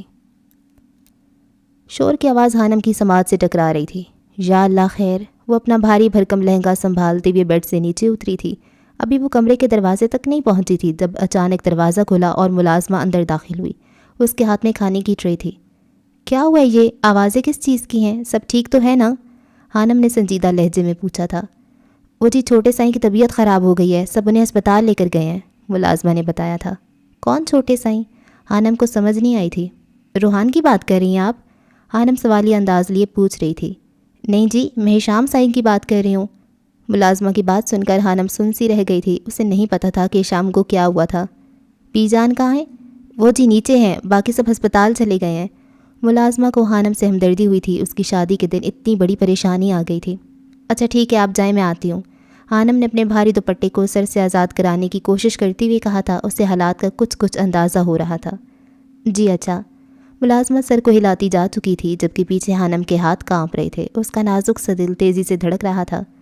تقریباً 20 منٹ بعد وہ سادہ سے حلیے میں لاؤنج میں بی جان کے پاس بیٹھی تھی۔ بی جان کافی پریشان نظر آ رہی تھی۔ ان کا جوان بیٹا جو بے ہوش ہو چکا تھا اور وجہ بھی نہیں معلوم تھی۔ بی جان کے دل میں 100 طرح کے وسوسے سر ابھار رہے تھے، جنہیں وہ جھٹکتی دعا مانگنے میں مشغول رہیں۔ بی جان پریشان نہ ہو، انشاءاللہ سب ٹھیک ہوگا، ہانم نے بی جان کا ہاتھ دباتے ہوئے کہا تھا۔ انشاءاللہ، بی جان اپنے آنسو ضبط کر رہی تھی۔ بیٹا تم نے دلہن کا جوڑا کیوں اتار دیا، پہنے رہتی، بلکہ آرام کرو اپنے کمرے میں، سب ٹھیک ہوگا۔ بی جان کچھ سنبھلی تو ہانم کو اس حلیے میں دیکھ کر پیار سے کہا۔ کوئی بات نہیں بی جان، میں ایسے ہی ٹھیک ہوں، ہانم نے تسلی دی تھی۔ پورا گھر دلہن کی طرح سجا ہوا تھا۔ غلام دین، شاہ بیٹے کو فون ملاؤ اور پتہ کرو ہشام کیسے ہے اب، بی جان نے اپنے برسوں پرانے ملازم سے کہا تھا، جو سر جھکائے ایک جانب کھڑا تھا۔ جی بی جان، ابھی کرتا ہوں، غلام دین نے حکم کی پیروی کی تھی۔ بی جان جو ایک بلند حوصلہ خاتون تھیں، صبر کیے بیٹھی تھیں۔ ایک ہی پل میں سب بدل گیا تھا۔ خوشیوں والے گھر میں اب ایک گہری خوفناک خاموشی چھائی تھی۔ روحان کا دماغ سائیں سائیں کر رہا تھا۔ وہ ہسپتال کی راہداری میں کھڑا تھا، وہاں موجود ہر شخص پریشان تھا۔ ابھی کچھ پل ہی گزرے تھے جب روحان کی جیب میں رکھا فون تھرتھرایا۔ یہ شام کا موبائل تھا جسے وہ آتے ہوئے بے دہانی میں صوفے سے اٹھا لایا تھا۔ کسی ڈاکٹر راہیل کی کال تھی۔ روحان نے خشک پڑتے لبوں پہ زبان پھیرتے ہوئے فون اٹھایا تھا۔ مسٹر جبیل، آج آپ پھر ہاسپٹل نہیں آئے۔ آپ جانتے ہیں آپ کی جان کو کتنا خطرہ ہے، اور نہ آپ اپنی رپورٹس لائے ہیں جو میں نے آپ کو کہا تھا۔ کسی مرد کی آواز ابھری تھی جسے سن کر روحان گنگ رہ گیا تھا۔ ڈاکٹر راہیل؟ روحان کانپتی آواز میں بولا تھا۔ یس، دوسری جانب سے کہا گیا تھا۔ میں روحان جبیل ہوں، ہشام جبیل کا بھائی۔ روحان خود پہ ضبط کرتے راہداری سے نکل آیا تھا۔ باہر بارش ہو رہی تھی جو بھی ہلکی تھی۔ موسم خراب ہونے کی وجہ سے کبھی کبھی ڈاکٹر راہیل کی آواز مدھم ہو جاتی تھی۔ روحان اب پارکنگ ایریا میں آ گیا تھا۔ ڈاکٹر راہیل اس سے کچھ کہہ رہا تھا جسے فق ہوتے چہرے کے ساتھ روحان سن رہا تھا، اور پھر فون بند کر کے وہ گاڑی نکالنے کے بعد تیز رفتاری سے اسے بھگاتے ہوئے گھر کی جانب جا رہا تھا۔ بی بی جان کوئی بھی فون نہیں اٹھا رہا، غلام دین نے اطلاع دی تھی۔ یا اللہ رحم کر میرے مالک۔ باہر بادلوں کے گرجنے کی زوردار آواز گونجی تھی۔ بی جان کا دل کام کر رہ گیا تھا۔ آنم خود معاوف ہوتے ذہن کے ساتھ بیٹھی تھی۔ پریشانی اس کے چہرے سے جھلک رہی تھی۔ 10 منٹ بعد پورچ میں گاڑی رکنے کی آواز آئی تھی۔ غلام دین باہر کی جانب بھاگا تھا۔ کیسے ہیں شام بابا اب؟ غلام دین بھیگے کپڑوں کے ساتھ اندر آتے روحان سے پوچھ رہا تھا، جبکہ روحان انسنی کرتا ہے شام کے کمرے کی جانب بھاگا تھا۔ ساتھ ساتھ وہ گیلی ہو چکی شیروانی کے بٹن کھول رہا تھا۔ روحان کو دیکھ کر حانم کو تھوڑا حوصلہ ہوا تھا، لیکن وہ جس انداز میں شام کے کمرے کی جانب بڑھا تھا، حانم کو تشویش ہوئی تھی۔ 5 منٹ بعد وہ ایک فائل سمیت کمرے سے باہر نکلا تھا۔ شاہ بیٹا، ہشام کیسا ہے؟ بی جان نے پوچھا تھا۔ وہ ٹھیک ہے بی جان، آپ دعا کریں۔ روحان زبردستی مسکرایا تھا۔ حانم اسے سوالیہ نظروں سے دیکھ رہی تھی۔ حانم سے نظریں ملنے پر وہ نظریں چرا گیا تھا اور باہر کی جانب لپکا۔ اس کے گیلے ہو چکے بال پیشانی پر پڑے تھے، چہرے کا رنگ اڑا ہوا تھا۔ میں آپ کے ساتھ چلوں؟ حانم کی آواز پر روحان کے قدم ساکت ہوئے تھے۔ یہاں بی جان اکیلی ہیں، تم ابھی بی جان کے پاس رہو، روحان نے نرم لہجے میں کہا تھا۔ میں ٹھیک ہوں اور اکیلی نہیں ہوں، بی جان نے جواب دیا تھا۔ ٹھیک ہے آپ جائیں، میں بھول گئی تھی، میں ادھر ہی رکتی ہوں۔ حانم کا جواب سن کر وہ تیز قدم اٹھاتا باہر کی جانب بڑھا تھا۔ کبھی کبھی اچانک قیامت آ جاتی ہے اور اس طرح وارد ہوتی ہے کہ انسان سوچ بھی نہیں سکتا۔ ساری خوشیاں جیسے ملیا میٹ ہو کر رہ جاتی ہیں۔ روحان ڈاکٹر راہیل سے مل کر باہر نکلا تھا۔ وہ سن دماغ اور ہارے ہوئے جواری کی طرح راہداری سے گزر رہا تھا۔ اسے یقین نہیں ہو رہا تھا کہ جو اس کے کانوں نے سنا وہ سچ تھا۔ نہیں، ایسا نہیں ہو سکتا، وہ بڑبڑایا تھا۔ ہشام کو بلڈ کینسر تھا۔ کب سے تھا یہ وہ نہیں جانتا تھا، اور نہ ہشام نے بھنک پڑنے دی تھی۔ ڈاکٹر راہیل نے بتایا تھا کہ اکثر اسے سانس لینے میں دشواری ہوتی تھی۔ رات کو اس کا سانس اکھڑ جاتا تھا، سینے میں اکثر درد رہتا تھا۔ اس کی صحت تیزی سے گر رہی تھی۔ روحان کے ہاتھ میں اس وقت CBC کے ٹیسٹ کی رپورٹس تھیں جو ہشام نے کروایا تھا۔ روحان کا دل چاہا تھا کہ وہ چیخے چلائے۔ وہ کیوں اس کی تکلیف کو نہیں سمجھ پایا تھا؟ جانے کتنے سالوں سے وہ اس بیماری میں مبتلا تھا۔ پاکستان آ کر ڈاکٹر راہیل کے کہنے پر اس نے دوبارہ ٹیسٹ کروائے تھے۔ فائل کو گاڑی میں رکھنے کے بعد وہ کتنی ہی دیر تیز برستی بارش میں گاڑی سے ٹیک لگائے کھڑا تھا۔ اس کے جسم کے ساتھ ساتھ جیسے اس کی روح بھی جل رہی تھی۔ کچھ آنسو اس کی آنکھ سے نکلے تھے اور بارش کے پانی میں مل کر بہہ گئے۔ حانم نے فون کر کے حمدان صاحب کو سب بتا دیا تھا۔ کچھ ہی دیر میں وہ سب لوگ گھر آ گئے تھے۔ میں ہسپتال جانا چاہتی ہوں، حانم نے جواد سے کہا تھا، جس نے کچھ سوچنے کے بعد اسے ساتھ لے جانے کی حامی بھر لی تھی۔ اب بی جان کے پاس سب تھے۔ حمدان صاحب گھر سے ہی ہسپتال روانہ ہو گئے تھے۔ کوئی کچھ نہیں بتا رہا تھا۔ بی جان کا ڈر اور خوف بڑھتا جا رہا تھا۔ مدیہ کو جب ہشام کی بیماری کا پتہ چلا، اس نے منہ پہ ہاتھ رکھ کر اپنی چیخ کا گلا گھونٹا تھا۔ ضیاء جبیل جیسے ڈھہ گئے تھے۔ ہر شخص شدید صدمے کے زیر اثر تھا۔ ہشام کو انتہائی نگہداشت کے یونٹ میں رکھا تھا۔ اسے آکسیجن لگی ہوئی تھی۔ ڈاکٹرز نے کہا تھا کہ وہ لوگ کافی لیٹ ہو گئے تھے، لیکن وہ اپنی طرف سے ہشام کا علاج کرنے کی پوری کوشش کریں گے۔ انہوں نے کہا تھا کہ بلڈ کینسر کے مریض کبھی کبھی تو کافی عرصہ جی لیتے ہیں، لیکن کبھی کبھی بہت جلد ختم ہو جاتے ہیں۔ میرے بھائی کو کچھ نہیں ہونا چاہیے، روحان نے اپنے سامنے براجمان ڈاکٹر سے کہا تھا۔ دیکھیں مسٹر جبیل، امریکہ جیسے ترقی یافتہ ملک میں بھی ہر 9 منٹ میں ایک انسان بلڈ کینسر سے مر جاتا ہے۔ یہ تو پھر پاکستان ہے، البتہ ہم پوری کوشش کریں گے۔ ڈاکٹر کی بات پہ روحان بس انہیں دیکھ کر رہ گیا تھا۔ پورے جبیل خاندان میں ایک خوف و ہراس پھیل گیا تھا۔ ماہی کو اپنا آپ ختم ہوتا محسوس ہوا تھا۔ اسے یقین نہیں ہو رہا تھا، وہ بنا پانی کی مچھلی کی طرح تڑپ رہی تھی۔ اسے سمجھ نہیں آ رہا تھا کہ وہ جذبات و احساسات کو کس سے بیان کرے۔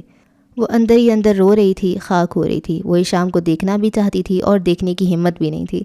تم مجھے یوں دھوکہ نہیں دے سکتے مسٹر ہشام جبیل، سنا تم نے؟ تم دھوکے باز نہیں ہو سکتے۔ وہ موبائل میں اس کی تصویر دیکھتی ہوئے چلائی تھی اور پھر پھوٹ پھوٹ کر رو دی تھی۔ ضیاء جبیل کی طبیعت کافی خراب ہو گئی تھی۔ جوان بیٹی کی بیماری کا سن کر وہ سہم گئے تھے۔ مدیحہ کو اور انہیں گھر بھیج دیا گیا تھا۔ اسپتال میں موجود ہر شخص ایک دوسرے سے نظریں چرا رہا تھا۔ سب لوگ اپنے آپ کو قصوروار سمجھ رہے تھے، حالانکہ ان میں سے کسی کا قصور نہیں تھا۔ سادے سے جوڑے میں بڑی سی چادر لپیٹے وہ ہسپتال آئی تھی۔ راہداری میں رکھے صوفے پہ روحان اکیلا بیٹھا تھا، اس کا سر جھکا ہوا تھا۔ حانم نے اسے اس طرح دیکھا تو اس کی جانیں بڑھی۔ وہ اس کے پاس بیٹھ چکی تھی جبکہ روحان کو محسوس بھی نہیں ہوا تھا۔ حانم نے اپنا سرد ہاتھ روحان کے ہاتھ پہ رکھا تھا۔ وہ ایک دم چونکا، چہرہ اٹھا کر دیکھا تو حانم کو اپنے پاس پایا تھا۔ سب ٹھیک ہو جائے گا، پریشان مت ہوں، وہ تسلی دے رہی تھی۔ روحان کی آنکھیں سرخ انگارہ تھیں، ان میں نمی جھلملا رہی تھی۔ وہ جانے کیسے خود پہ ضبط کیے بیٹھا تھا۔ ہشام میرا سب کچھ ہے، وہ بس اتنا ہی کہہ پایا تھا۔ حانم نے اسے کبھی اتنا دکھی اور سنجیدہ نہیں دیکھا تھا۔ وہ خود ڈر گئی تھی کہ ہشام کی حالت جانے کتنی خراب تھی۔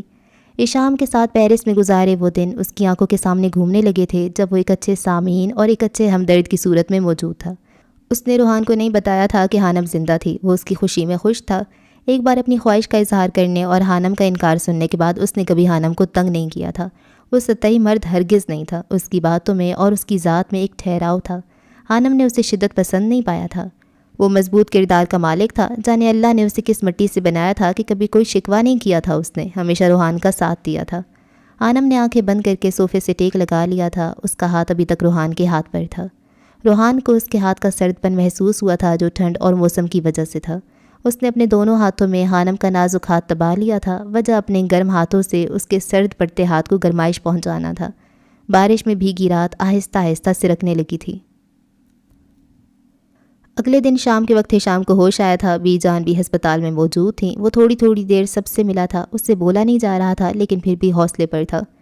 مجھے یقین نہیں ہوتا کہ شامو کاکا مجھے دھوکہ دے سکتا ہے، روحان نے شکوہ کیا تھا۔ ہشام مسکرا دیا تھا، پھیکی سی مسکراہٹ۔ میں حانم سے ضروری بات کرنا چاہتا ہوں، ہشام نے اپنی خواہش ظاہر کی تھی۔ روحان نے اس بات میں سر ہلا دیا تھا۔ حانم اس کی خواہش کا سن کر حیران رہ گئی تھی۔ رات بھر جاگنے کی وجہ سے اس کی آنکھوں میں گلابی پن ابھر آیا تھا۔ وہ کافی تھکی ہوئی محسوس ہو رہی تھی۔ وہ کانپتے قدموں سے کمرے میں داخل ہوئی۔ ہشام کو اس طرح بستر پہ لیٹے دیکھ کر حانم کو دکھ ہوا تھا۔ ڈاکٹر نہ جانے کن کن ٹیسٹوں کے لیے اس کی رگوں سے خون نکال رہے تھے۔ حانم کو اپنے سامنے دیکھ کر ہشام کی آنکھوں میں ایک دم چمک ابھری تھی۔ وہ ہلکا سا مسکرایا تھا، ساحروں والی مسکراہٹ۔ حانم اس کے بیڈ سے کچھ فاصلے پہ رکھی کرسی پر بیٹھ چکی تھی۔ معاف کر دو مجھے، میں نے آپ کی زندگی کے سب سے حسین پل تباہ کر دیے۔ حانم نے تڑپ کر اسے دیکھا تھا۔ ایسی بات نہیں ہے، آپ جلد ٹھیک ہو جائیں گے۔ حانم کی بات سن کر ہشام کے لبوں پر استہزائیہ مسکراہٹ ابھری تھی۔ وہ جیسے خود پر ہنسا تھا۔ میں آپ کو آج ایک کہانی سنانا چاہتا ہوں، ایک خوبصورت کہانی۔ ہشام کی بات پہ حانم الجھی۔ یہ کہانی ہے ہانی اور آرجے کی، یہ کہانی ہے اینجل اور مون کی، یہ کہانی ہے ام حانم اور روحان جبیل کی، اور یہ داستان ہے زندگی کے 7 پہروں کی۔ میں نے اپنی زندگی میں بہت سی کتابیں پڑھی ہیں، عشق کی داستانیں، لیکن آج میں اپنی پسندیدہ داستان سنانے جا رہا ہوں۔ کیا سنیں گی آپ 2 سلفائڈس کی داستان؟ وہ پوچھ رہا تھا۔ جی، حانم نے اس بات میں سر ہلایا تھا۔ یہ کہانی جوہانی اور آرجے سے شروع ہوئی اور ایک بہت ہی عجیب موڑ سے، جس میں نہ جانے کہاں سے شامل ہو گیا تھا، مجھے خود سمجھ نہیں آئی۔ ایک لڑکی کا پیدائشی نشان جس نے مجھے سالوں پاگل کیے رکھا، مجھے باندھے رکھا، لیکن وہ چمک، وہ نشان میرے لیے نہیں تھا۔ میں نے جب بھی اسے دیکھنا چاہا، اس نشان کی چمک نے مجھے نظریں جھکانے اور رخ موڑنے پہ مجبور کیا کہ مجھے دیکھنے کی اجازت نہیں۔ ہر کہانی میں ایک تیسرا ہوتا ہے، لیکن میں حیران ہوں اس کہانی میں کسی تیسرے کو آنے ہی نہیں دیا گیا۔ جب مکی نے آنے کی کوشش کی تو آرجے موجود تھا، جب میڈی نے آنے کی کوشش کی تو مون موجود تھا، جب ہشام نے آنا چاہا تو روحان جبیل دیوار بن کر کھڑا تھا۔ کسی تیسرے کو آنے ہی نہیں دیا گیا۔ 2 لوگوں نے ایک دوسرے سے نفرت کی اور پھر محبت بھی۔ نہ کوئی تیسرا ان لوگوں کو بدزن کر سکا اور نہ ہی ملا سکا۔ آپ کو لگتا ہے کہ آرجے نے آپ کے ساتھ غلط کیا تھا، لیکن اگر وہ ایسا نہیں کرتا تو کیا ہوتا؟ کیا وہ کبھی آرجے سے روحان جبیل تک کا سفر طے کر پاتا؟ اللہ کچھ بندوں کو چن لیتا ہے جنہیں آزمایا جاتا ہے اور انہی کے ذریعے دوسروں کو امتحان میں ڈالا جاتا ہے۔ آپ کو لگتا ہے کہ آپ کے ساتھ برا ہوا ہے؟ کیا کبھی آپ نے سوچا ہے کہ اگر ایسا نہ ہوتا تو کیا ہوتا؟ اگر اللہ نے کسی اور کو چن لیا ہوتا تو کیا آج آپ کو روحان ملتا؟ یقیناً نہیں، اسی لڑکی کو ملتا جسے اس کرب سے گزارا جاتا۔ آپ خوش نصیب ہیں ام حانم، آپ کو آزمایا گیا اور آزمائش اللہ اپنے پسندیدہ بندوں کی ہی کرتا ہے۔ جو آرجے نے کیا وہ ایک سلفائڈ کی طرف سے فطری عمل تھا۔ وہ ہمیشہ کہتا تھا کہ انسان کو شدت پسند ہونا چاہیے۔ امریکہ میں اس کا اسکول ٹیچر تھا جو کہتا تھا کہ فیل ہو جاؤ یا ٹاپ کر جاؤ، یہ پاس ہونے والے لوگ مجھے نہیں پسند، اور یہ شدت پسندی اس کی شخصیت کا خاصہ بن گئی۔ وہ مکی والی بات جان کر دو طرح سے ہی رد عمل کا اظہار کر سکتا تھا، وہ ایک سلفائٹ ہے یا تو بالکل خاموش رہتا، اسے فرق ہی نہیں پڑتا، اور نمبر 2 وہ ویسا ہی کرتا جیسا آر جے نے کیا تھا۔ وہ عام لوگوں کی طرح نہیں تھا جو تھوڑا غصہ کرتا، ناراض ہوتا یا پھر مان جاتا۔ اس نے وہی کیا جو اس کی فطرت میں تھا، جو ہمارے نزدیک گناہ ہے۔ ہانم غور سے اسے سن رہی تھی۔ پانی۔ ہشام کا گلا خشک ہو چکا تھا۔ ہانم نے اٹھ کر اسی گلاس میں پانی ڈال کر دیا۔ ہشام نے گھونٹ گھونٹ پیا تھا۔ مجھے لگتا تھا کہ وہ صرف ہانم سے معافی مانگنا چاہتا ہے۔ اس کی محبت کا اندازہ بعد میں ہوا۔ میں شرمندہ ہوں کہ میں نے اپنی پسندیدگی کی وجہ سے شادی کا کہا، حالانکہ مجھے ایسا کوئی حق نہیں تھا۔ پتہ ہے جس دن اس نے نکاح کا ڈرامہ کیا تھا، اس دن اس کی زندگی سے ہر لڑکی نکل گئی تھی۔ اسے لگتا تھا کہ اس کا دل بھر گیا ہے، لیکن یہ معاملہ ہی کچھ اور تھا جو مجھے بعد میں سمجھ آیا۔ 2 سال پہلے میں حج پر گیا تو روحان سے کہا کہ چلو حج پہ چلتے ہیں۔ اس نے کہا کہ میں نے ہانم سے کہا تھا کہ 900 چوہے کھا کر بلی حج کو چلی۔ آج مجھے لگ رہا ہے کہ یہ محاورہ مجھ پہ فٹ ہوتا ہے۔ میرا ضمیر اجازت نہیں دیتا کہ وہاں جاؤں۔ شرم آتی ہے مجھے اللہ سے۔ کسی کا دل دکھا کر، کسی کو موت کے منہ میں دھکیل کر اس مالک کے گھر پہ حاضری لگاتی ہوئی مجھے حیا آتی ہے۔ اور پھر میرے بار بار کہنے پر بھی وہ نہیں گیا۔ لندن میں وہ اکیلا نہیں تھا، ہانم کی یادیں اس کے ساتھ تھیں۔ اس نے شمائل نیازی کے ہاتھوں خود کی جان کو گنوایا تھا، اور پھر ایلف کو نہیں اپنایا جو ایک بہترین لڑکی تھی۔ میں جب سوچتا ہوں تو حیران ہوتا ہوں، کوئی اتنی محبت بھی کر سکتا ہے؟ اس داستان کے 6 پہر گزر چکے ہیں۔ نمبر 1 جس میں ہانم اور آر جے کی ابتدائی زندگی تھی۔ نمبر 2 جس میں وہ دونوں یونیورسٹی میں اکٹھے ہوئے۔ نمبر 3 جس میں ہانم اندھیروں کی دنیا کی باسی بنی، جس میں اس نے اینجل کی زندگی جی۔ نمبر 4 جس میں آر جے کی تڑپ کا دور چلا، اس نے نگر نگر ہانم کو ڈھونڈا۔ نمبر 5 جس میں آر جے کو اندھیروں کا باسی بنایا گیا، اس سے اس کا سب کچھ چھین کر اللہ نے اسے انسان کی اوقات دکھائی۔ اور نمبر 6 جس میں وہ آر جے روحان جبیل بنا، لوگوں کے دلوں کو فتح کیا، ہانم کو دوبارہ پایا۔ اور اب نمبر 7 سب سے خوبصورت پہر کا آغاز ہوا ہے، جو سب سے مشکل بھی ہے اور سب سے حسین بھی۔ مشکل اس لیے کہ روحان جبیل نے جو راستہ چنا ہے وہ سچائی کا راستہ ہے، مشکلات سے بھرا ہوا، لیکن حسین اس لیے ہے کہ آپ دونوں ایک دوسرے کے ساتھ ہو، ہر مشکل میں، ہر قدم پر، اور ہمیشہ ساتھ رہو گے۔ ہانم کی آنکھیں نم ہوئی تھی، اس کے لب کپ کپائے تھے، لیکن وہ کچھ بول نہیں پائی تھی۔ میری خواہش ہے کہ آپ اسے پورا کریں گی۔ ہشام کی بات پر ہانم نے تڑپ کر اسے دیکھا تھا۔ روحان جبیل کا ساتھ کبھی بھی مت چھوڑنا ہانم۔ اس نے اپنی زندگی میں بہت تکلیف برداشت کی ہے، اس کا ہر قدم پہ ساتھ نبھانا۔ شاید میں نہ رہوں اس کی مشکل میں، اسے حوصلہ دینے کے لیے اس کے پاس صرف آپ رہو گی، صرف آپ ہے سے شروع ہو کر میم پہ ختم ہونے والی ہانم۔ میم یعنی محبت۔ جو لوگ محبت پہ ختم ہو جاتے ہیں، آپ کا نام بھی میم پہ ختم ہوتا۔ ہانم کی انتہا بھی محبت ہی ہے۔ وعدہ کریں مجھ سے، آپ روحان کا ہمیشہ ساتھ نبھائیں گے۔ میں وعدہ کرتی ہوں ہمیشہ ساتھ نبھاؤں گی، ہانم نے روتی ہوئی مشکل سے جواب دیا تھا۔ ہشام کے اندر سکون سا اتر گیا تھا، اسے بس یہی چاہیے تھا، اور اسے پورا یقین تھا ہانم ساتھ نبھانے والوں میں سے تھی۔ ہشام نے سکون سے آنکھیں موند لی تھیں، شاید اس سے مزید بولا نہیں جا رہا تھا۔ ہانم کپ کپاتے لبوں اور گلابی آنکھوں سے اپنے سامنے پڑے اس شخص کو دیکھ رہی تھی جو شہنشاہوں جیسا مزاج رکھتا تھا، جو پیرس میں آئیفل ٹاور کے قریب اگر رک کر ایک نظر کسی کو دیکھ لیتا تھا تو اسے پتھر کا بننے پہ مجبور کر دیتا تھا۔ ہشام، ٹوٹے پھوٹے الفاظ اس کے لبوں میں دم توڑ گئے تھے۔ کچھ لوگوں کے منہ سے اپنا نام سننا بہت اچھا لگتا ہے۔ ہشام نے آنکھیں کھولیں، اس کی پلکیں نم تھیں۔ اب آپ کو جانا چاہیے ورنہ سانس لینا مشکل ہو جائے گا۔ وہ زبردستی مسکرایا تھا۔ ہانم کو اپنا آپ لرزتا ہوا محسوس ہوا تھا۔ وہ ایک جھٹکے سے اٹھی تھی اور دروازے کی طرف قدم بڑھا دیے تھے۔ وہ لڑکھڑاتے قدموں سے کمرے سے باہر نہ آئی تھی۔ ہانم کا سر بری طرح چکرا رہا تھا۔ ہانم تم ٹھیک ہو؟ روحان جو باہر انتظار کر رہا تھا، ہانم کو یوں لڑکھڑاتے دیکھا تو اسے کندھوں سے تھامتے ہوئے پوچھا۔ میں ٹھیک ہوں، ہانم نے دھڑکتے دل کے ساتھ جواب دیا تھا۔